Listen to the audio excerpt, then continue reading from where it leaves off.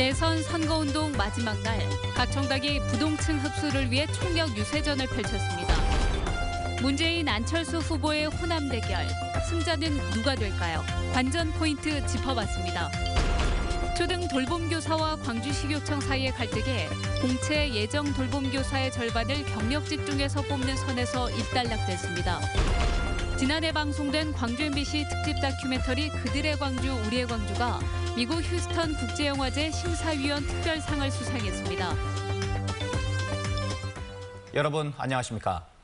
제19대 대통령 선거의 공식 선거운동도 앞으로 3시간이 조금 더 지나면 모두 끝이 납니다. 22일간의 선거운동 마지막 날인 오늘, 각 정당에서는 유동인구가 많은 곳을 돌며 총력 유세전을 펼쳤습니다. 김철원 기자입니다. 민주당과 국민의당은 공식 선거운동 마지막 날까지 기싸움을 이어갔습니다.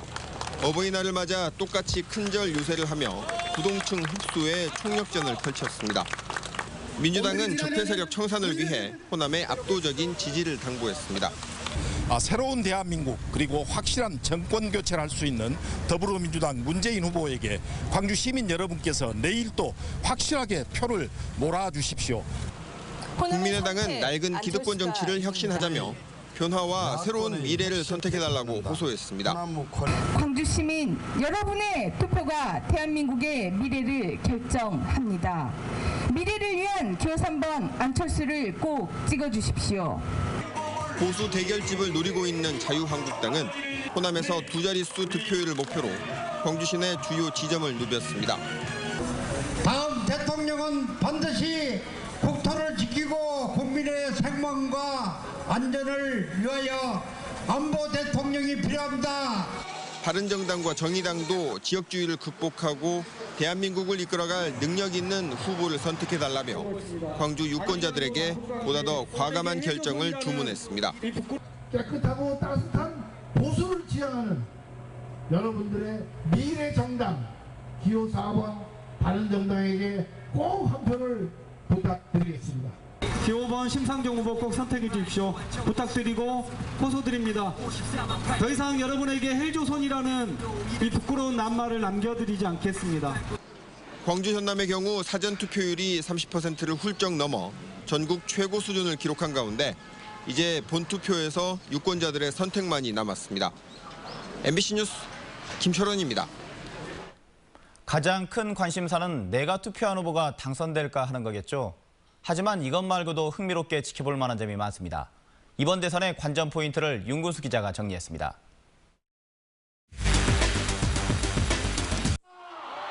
야권의 심장을 지키기 위해서 막판까지 경쟁했던 문재인 후보와 안철수 후보. 이 중에 대통령이 나올지는 알 수 없지만 광주 전남에서는 누가 더 많은 표를 얻을지가 관심입니다. 공표가 금지되기 전까지의 여론조사에서는 대체적으로 문 후보가 우세하다는 결과가 많았지만 이른바 깜깜이 선거운동 기간에 민심의 흐름이 바뀌었을지가 관건입니다. 또 샤이 안철수층이 있다면 어느 정도일지도 가늠해 볼 수 있습니다. 김대중 노무현 대통령이 당선될 때는 호남의 표심과 국민의 최종 선택이 같았던 반면에 이명박 박근혜 대통령 때는 달랐습니다. 이번 대선에서는 호남이 더 많이 지지한 후보가 대통령이 될 수 있을지 주목됩니다. 그런 점에서 호남의 표심과 수도권의 표심이 비슷하게 나타날지, 또 호남 득표율 1위와 영남의 1위가 같을지 다를지도 흥미롭게 지켜볼 만한 대목입니다.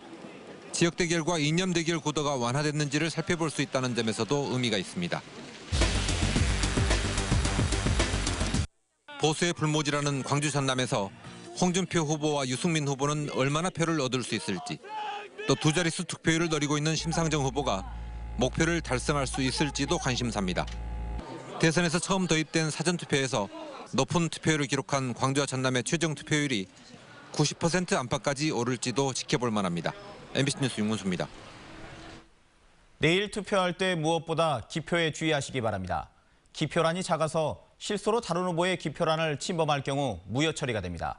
송정근 기자입니다. 제19대 대통령 선거 투표용지입니다. 가로 10cm, 세로 28.5cm로 역대 대선 투표용지 가운데 가장 깁니다. 지난 대선에 비해 기표란이 0.3cm 줄어들면서 사전투표에 참여했던 유권자들은 투표에 애를 먹었습니다. 도장 찍을 때 좀 불편하더라고요. 그러니까 넘어가진 않았는데 좀 나이 드신 분들은 좀 찍기가 힘드셨을 것 같아요.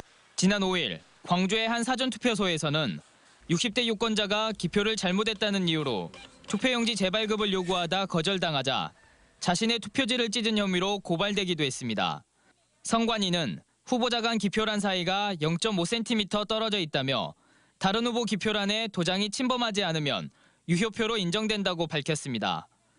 투표용지뿐만 아니라 이번 대선은 지난 대선과 달라진 점이 많습니다.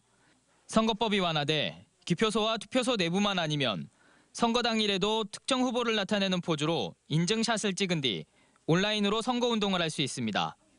지난 사전투표 때는 전국에 설치되어 있는 투표소 아무 곳에 나가도 투표를 할 수 있었지만 대선 당일에는 자신이 지정된 투표소에서만 투표를 할 수 있습니다. 각 가정에 배송된 투표 안내문에는 투표소가 설치된 건물명과 약도가 표시되어 있습니다. 또한 중앙선거관리위원회 홈페이지 가시면 내 투표소 찾기 서비스를 이용하실 수 있으니 또 보궐선거로 치러지는 대선이어서 투표 시간도 지난 대선보다 2시간 연장된 저녁 8시까지 진행됩니다. MBC 뉴스 송정근입니다. 5달 동안 갈등이 계속되어 온 초등 돌봄교사 고용 문제가 일단락됐습니다. 공채 예정자의 절반을 기존 돌봄교사인 경력직 중에서 채용하기로 광주시 교육청과 노조가 합의했습니다. 박수인 기자입니다. 초등학교 돌봄교사 무기계약직 채용을 둘러싼 갈등의 핵심은 기존 교사들의 고용 승계 여부였습니다. 광주시 교육청은 필기시험 공채를 통해 새로 돌봄교사를 뽑겠다는 입장이었지만 돌봄교사 노조는 기존 기간제 교사들의 고용을 승계하라고 요구하며 맞섰습니다. 5달 동안 밀고 당기던 양측은 공채 예정인 134명 가운데 절반인 67명을 경력 1년 6개월 이상인 기존 돌봄교사 중에서 채용하자는 데 합의했습니다. 경력직은 필기시험 없이 서류 전형과 면접으로 채용하고 나머지 67명은 교육청의 종전 방침대로 필기시험과 면접으로 채용합니다. 67명은 경력 경쟁 시험으로, 나머지 67명은 그동안에 공부했던 내용 그대로 시험을 보면 본 방식의 공채 방식을 합의하겠습니다. 노조 측은 돌봄교사 전원의 고용 승계를 주장해왔지만 합의를 존중하기로 결정하면서 5달 동안 이어졌던 갈등은 일단락됐습니다. 그 합의가 굉장히 고통스러웠습니다. 133명 전원이 아니고. 한편 광주시 교육청은 이번 합의에 따라 지난달 19일 발표한 돌봄교사 신규 채용 공고를 수정해야 하는 상황이어서 노조의 반대에도 불구하고 기습적으로 채용 공고안을 통과시켰던 게 성급했던 것 아니냐는 아쉬움을 남겼습니다. MBC 뉴스 박수인입니다.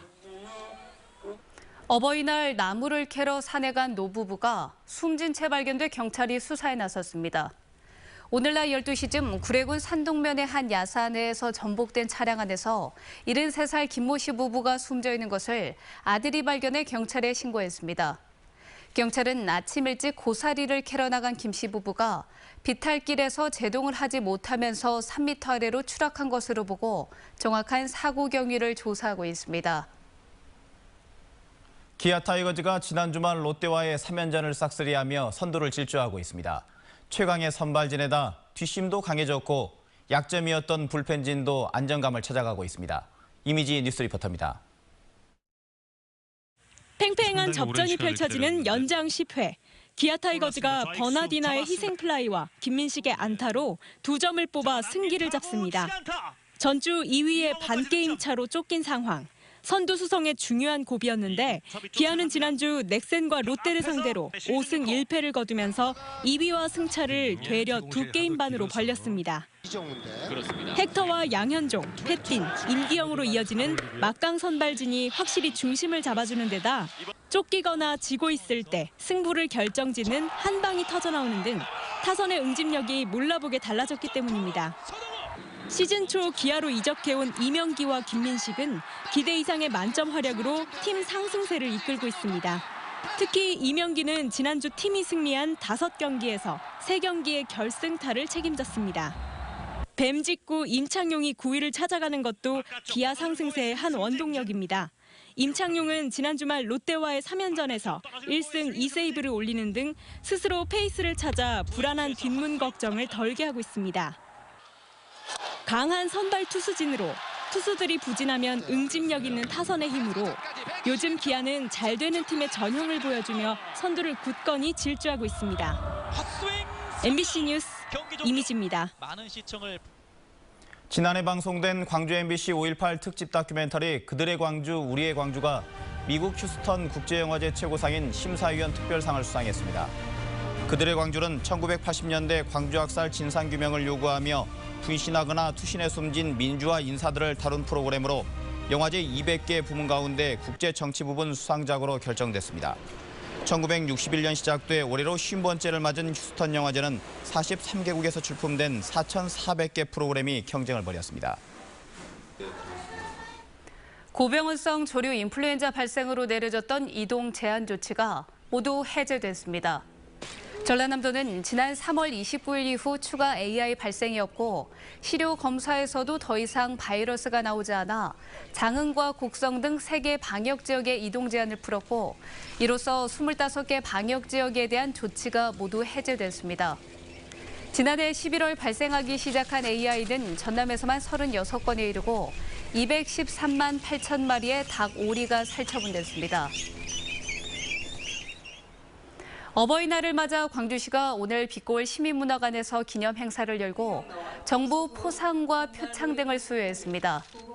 이번 기념 행사에서는 부모를 극진히 봉양한 효행자와 어려운 환경 속에서 자녀를 훌륭하게 키워낸 장한 어버이 등 25명이 대통령 표창 등 각종 포상을 받았습니다.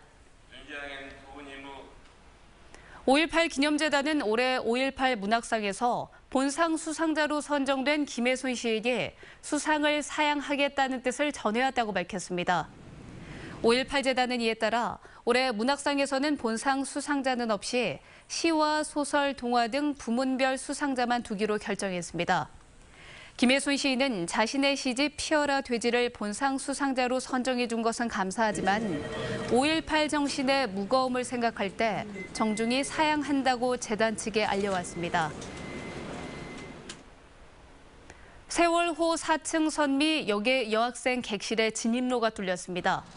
세월호 현장수습본부는 오늘 세월호 4층 선미 여학생 객실의 천장에 가로 3m, 세로 5m 크기의 구멍을 뚫었고 오는 10일까지 비슷한 크기로 6개 출입구를 뚫을 계획이라고 밝혔습니다. 여학생 객실은 침몰 당시 충격으로 천장이 찌그러지고 격벽이 무너지는 등 크게 파손돼 그동안 수색이 이루어지지 못한 곳으로 수습팀은 진입로 6개가 모두 뚫리는 대로 곧바로 수색에 돌입할 예정입니다.